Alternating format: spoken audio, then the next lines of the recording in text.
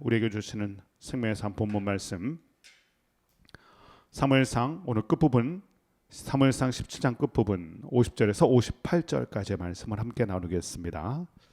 먼저 말씀을 읽어보겠습니다. 다윗이 이같이 물매와 돌로 블레셋 사람을 이기고 그를 쳐 죽였으나 자기 손에는 칼이 없었더라. 다윗이 달려가서 블레셋 사람을 밟고 그의 칼을 그 칼집에서 빼내어 그 칼로 그를 죽이고 그의 머리를 베니 블레셋 사람들이 자기 용사의 죽음을 보고 도망하는지라. 이스라엘과 유다 사람들이 일어나서 소리 지르며 블레셋 사람들을 쫓아 가이와 에그론 성문까지 이르렀고 블레셋 사람들의 부상자들은 사아라임 가는 길에서부터 가드와 에그론까지 엎어졌더라. 이스라엘 자손이 블레셋 사람들을 쫓다가 돌아와서 그들의 진영을 노략하였고 다윗은 그 블레셋 사람의 머리를 예루살렘으로 가져가고 갑주는 자기 장막에 두니라.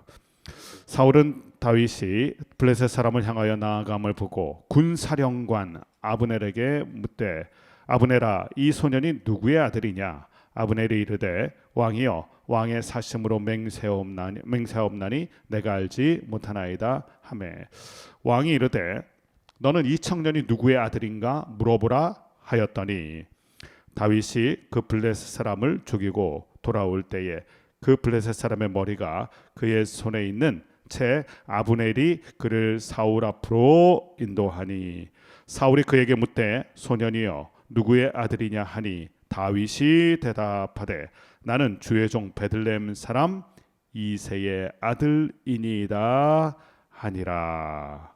아멘. 사무엘상 17장은 다윗과 골리앗 세기의 대결이라는 타이틀을 붙일 만한 다윗과 골리앗의 싸움 이야기입니다. 어제 말씀에서 다윗을 상대하던 골리앗을 우리가 보았습니다.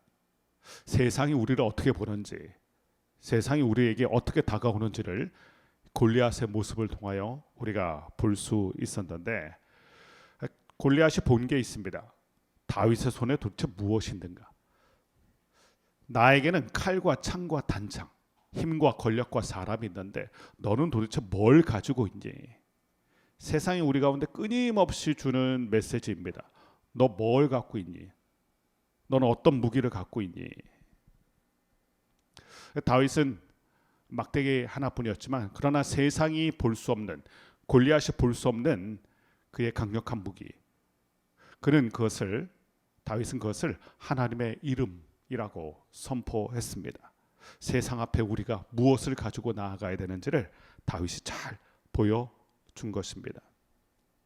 또 하나 골리앗의 전략인데 골리앗의 입에서 조롱과 모욕 섞인 그런 악하고 독한 말들이 폭포수처럼 쏟아져 나오는 것을 보았습니다.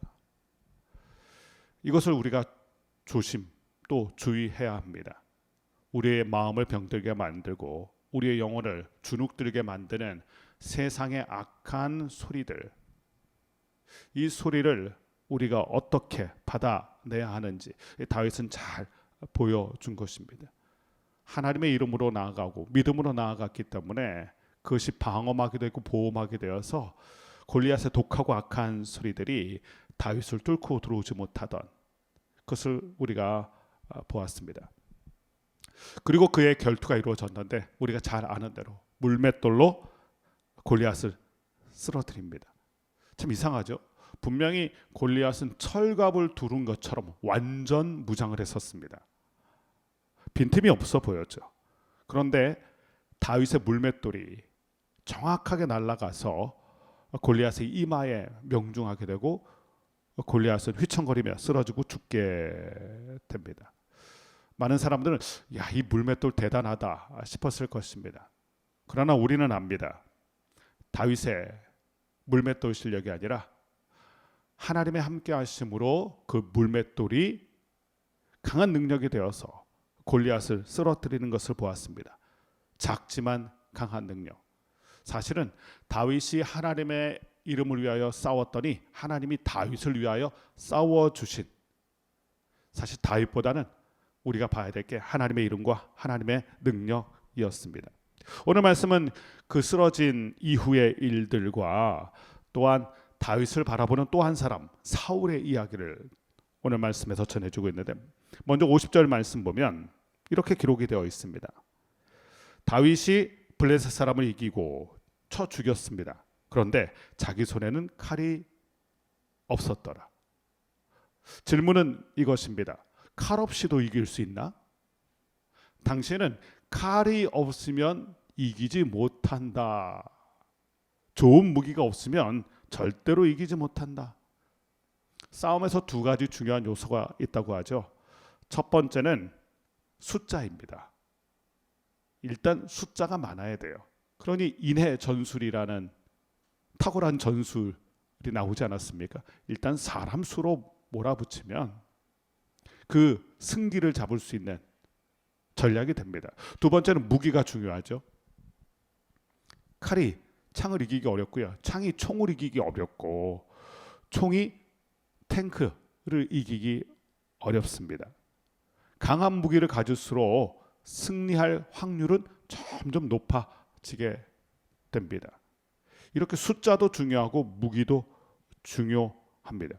근데 다윗을 보면 이스라엘 군대는 다 굴속에 두더지처럼 숨었고, 혈혈단신 다윗, 그 조그마한 다윗이 막대기와 물맷돌을 가지고 나오고, 반면에 골리앗은 기세가 등등하고 크고 강한 무기를 가졌고, 그런데 칼이 없는 다윗이 이겼다.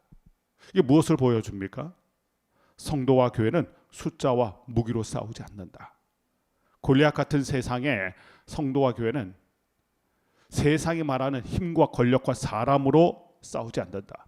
하나님의 이름으로, 하나님의 능력을 힘입어 골리앗 같은 세상 앞에 선다. 깨닫는 게 있습니다. 우리는 무엇을 가지고 세상 앞에 서야 하는지 말씀이 알려주십니다. 칼과 창과 단창이 아닙니다. 칼 없이도 이길 수 있는 방법이 있습니다. 그것이 믿음입니다. 찬송가 가사 중에 이런 가사가 있죠. 믿음이 이기네, 믿음이 이기네. 주 예수를 믿음이 온 세상 골리앗을 이기네. 오늘 그 믿음으로 담대하게 세상 앞에 나아가는 우리 모두가 되기를 원합니다. 또한 오늘 말씀에서 눈여겨보게 되는 것은 다윗의 승리가 가져온 파급 효과입니다. 51절 52절 말씀 보면 다윗이 골리앗을 쓰러뜨리자 두더지처럼 숨어있던 이스라엘 백성이 용기 백배하여 블레셋 군대를 쳐부수는 장면이 나옵니다. 흔히 나비 효과라는 말들을 하곤 합니다. 아마존 그 열대우림에서 나비의 날개짓이 텍사스의 큰 돌풍이 되는 것처럼 정말 다윗은 작은 존재였습니다. 막내라는 표현을 했었고요. 형들이 보기에도 네가 왜 여기 왔니? 다윗은 정말 작은 존재였습니다. 다윗의 외침은 작은 외침이었습니다. 그러나 그 파급 효과는 마치 나비 효과처럼 모두를 깨우는, 잠들어 있던 영혼을 깨우는, 숨어 있던 이스라엘 백성들을 깨우는 강력한 부흥의 도화선이 되었고 승리의 마중물이 되었습니다. 결국 중요한 건 한 사람의 능력이죠. 오늘 말씀 보면 이 다윗이 백성들을 일깨워서 그들이 에그론까지 쳐부숩니다. 에그론은 이 블레셋 5대 도시 중에 하나죠.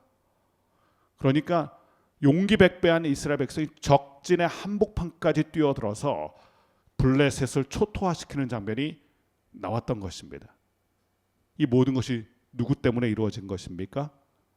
믿음으로 선봉장이 되어 하나님을 위해서 싸웠던 다윗 때문에, 그 한 사람 때문에 그 파급 효과가 이토록 대단했던 것입니다. 결국 한 사람이 중요합니다. 깨어있는 한 사람, 믿음으로 도전하는 한 사람, 다윗과 같은 그 사람. 오늘 다윗은 모두를 일깨우는 그 한 사람이 된 것을 성경이 보여줍니다. 오늘 말씀의 후반부는 55절부터 58절까지의 말씀은 안타까운 또 한 사람이 등장하죠. 사울 왕입니다. 오늘 이 본문을 읽어보면 우리 모두가 어리둥절할 수밖에 없습니다. 사울이 그의 군사령관 아브넬에게 묻는 것입니다. 저 아이가 도대체 누구냐? 여러분 이게 이해가 되십니까? 분명히 앞에서 사울 왕이 마음이 번민이되고 심란할 때 다윗이 수금을 타서 그의 마음을 평안하게 만들었고, 또 전쟁에 나가기 전에 아무도 나서지 않을 때 다윗이 나서니까 그 모습이 기특해서 내 갑옷을 입어라. 그래도 칼이라도 들고 가야 되지 않겠니? 내 칼을 가져가라. 말했던 장본인이 사울 왕입니다.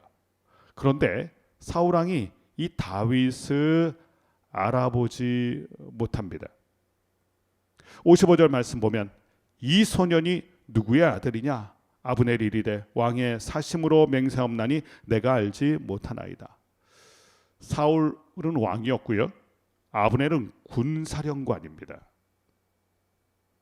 가장 앞서 리더의 모습을 갖추고 선봉장에 서야 될 사람들은 사실 이 두 사람들이었죠. 그런데 비겁하게 뒤로 물러나 있고 나서지 않고 그랬던 그들이 이 다윗을 알아보지 못하고 저 소년이 누구냐고 되묻는 이 장면. 사울 왕이 어떻게 여기까지 이 정도까지 이 지경까지 됐는지를 우리가 보게 됩니다. 이게 단순히 건망증이 아닙니다. 사울 왕이 계속해서 연약해지고 악해진 사울 왕이 연약해진 모습을 계속해서 보여줍니다. 이제는 분별력이 완전히 떨어질 정도로 심각한 수준의 사울 왕이 정말 심각해졌어요. 모든 면에서 사울은 심각해졌습니다. 연약해지고 악해지고 이 안타까운 모습을 성경이 보여주는 것입니다. 이렇게 사울 왕과 아브넬이 이 다윗을 궁금해할 때 다윗이 자신이 누구인지를 밝히는 장면이 오늘 58절이에요. 58절 말씀 보면 이렇게 되어 있습니다. 대답하되 나는 주의 종 베들레헴 사람 이새의 아들이니이다. 너가 누구냐라고 물었습니다. 누구냐고 물어보았습니다. 이렇게 누구냐고 물어볼 때가 있죠. 사람들이. 당신 누굽니까? 이때 우리는 누구인지를 그냥 얘기하면 되는데 엉뚱하게 자신이 어떤 사람인지를 말하는 경우가 많습니다. 누구인지를 말하기보다 나는 어떤 사람이다. 특별히 교만한 사람들이죠. 누구인지를 얘기하면 되는데 어떤 사람인지를 얘기합니다. 나 어느 대학 나온 여자야 라고 대답하기도 하고요. 자신의 자랑거리가 있으면 그게 집이면 나는 어느 아파트 어디 사는 사람입니다 라고 얘기하는 경우도 있고요. 저는 어느 회사 다닙니다. 다 그럴 때는 내가 어떤 사람인지를 어필하고 싶을 때 자랑거리가 되고 그 사람들에게 어필할 만한 그 무엇인가를 드러내게 됩니다. 그것은 누구인지를 말하는 게 아니라 나는 어떠한 존재입니다. 존재감을 드러내고 싶을 때 그런 말들이 나오는 것입니다. 다윗이 여기서 자신의 존재감을 드러냈다면 이렇게 얘기했을 것입니다. 나는 골리앗을 이긴 다윗입니다. 얼마나 멋집니까? 얼마나 강력합니까? 사울왕의 비에는 늘 자기 자신을 어떤 존재인 것을 드러내고 싶어 했던 사람이라는 겁니다. 그러니까 사울왕이 기념비를 세우죠. 사울이 아말렉을 쳐부수었다. 영원한 숙제였던 아말렉을 쳐부수었다. 이렇게 표현하고 싶었던 거예요. 그러나 다윗을 보세요. 자신을 치장하거나 덧칠하지 않고 있는 모습 그대로 자기가 누구인지를 그대로 소개합니다. 이게 겸손이죠. 겸손한 자는 누구인지를 말합니다. 근데 교만한 사람은요. 어떤 사람인지, 내가 어떤 사람인지를 얘기해요. 한 분이 생각이 납니다. 이분은 자기를 소개할 때마다 어느 대학원을 나왔다는 것을 꼭 어필합니다. 영국의 왕실 국악원 출신 이것을 계속 얘기해요. 근데 그분이 밝히지 않는 게 있어요. 어느 대학 출신인 것은 얘기 안 해요. 왜냐하면 대학원은 사람들에게 어필이 되지만 대학은 어필되지 않으니까 항상 본인을 소개할 때는 사람들에게 어필될 만한 것을 가지고 이야기를 합니다. 그 모습이 저는 참 안타깝게 보였습니다. 하나님의 사람은 하나님으로 가득한 사람은 오늘 다윗의 모습을 본받게 되어 있습니다. 하나님으로 충분하기 때문에 자기 자신을 애써 꾸미거나 치장하지 않습니다. 다윗은 이렇게 얘기하죠. 베들레헴 사람 이새의 아들이니이다. 베들레헴은 총구석이에요. 이새는 어떻습니까? 총구석의 촌부입니다. 이거 드러낸다고 누가 알아주는 거 아닙니다. 베들레헴 드러낸다고 다윗을 알아주는 게 아니에요. 이새를 들먹인다고 해서 알아주는 게 아닙니다. 그러나 다윗은 자신의 있는 모습 그대로를 이야기합니다. 저와 여러분은 어떻습니까? 누군가가 여러분을 위해서 여러분을 궁금해할 때, 알고자 할 때 여러분은 어떻게 소개하십니까? 다윗을 보면 한결같다라는 생각이 들고요. 이 골리앗을 이겨서 스포트라이트를 받는 이 영광스러운 장면에서도 자신을 치장하거나 꾸미거나 드러내지 않습니다. 베들레헴에서 온 이새의 아들 다윗입니다. 그것으로 다윗은 충분했기 때문입니다. 하나님으로 가득 찬 사람은 그래서 자기 만족이 있어요. 자기 겸손이 있습니다. 그 모습을 오늘 자신을 소개하는 이 다윗의 모습에서 우리가 보게 되고 알게 되고 깨닫게 됩니다. 오늘 본문이 우리 가운데 주시는 메시지가 있습니다. 이 골리앗의 먼저 패배를 보면서 큰 소리 친다고 이기는 게 아니에요. 큰 소리에 주눅들지 않기를 바랍니다. 조롱과 모욕에 주눅들지 않게 되기를 바랍니다. 숫자와 무기로 이기는 게 아닙니다. 칼로 이기는 게 아닙니다. 칼이 없어도 이기더라. 그것이 저와 여러분의 모습이 되기를 바랍니다. 또한 이 다윗의 고백, 나는 누구입니다라고 소개하는 그의 소개에서 우린 겸손을 보게 됩니다. 나의 타이틀이 내가 아닙니다. 나의 자리가 내가 아닙니다. 사울왕이었다면 이스라엘의 왕 사울입니다. 이렇게 얘기했을 겁니다. 기스의 아들이라고 얘기하지 않았을 것입니다. 초반엔 그렇게 얘기했죠. 사울왕도 초반엔 그렇게 얘기했어요. 그러나 교만해지자 자기 자리가 더 중요하고 자기 타이틀이 자신인 줄 착각합니다. 겸손한 순수한 믿음의 사람은 하나님으로 충분하기 때문에 자신을 드러내는데 부끄러워하지 않습니다. 오늘 이 다윗의 겸손을 바라보며 우리 모두도 그렇게 순수한 겸손의 사람으로 살아가는 은혜가 있게 되기를 주님의 이름으로 간절히 축원합니다. 기도하겠습니다.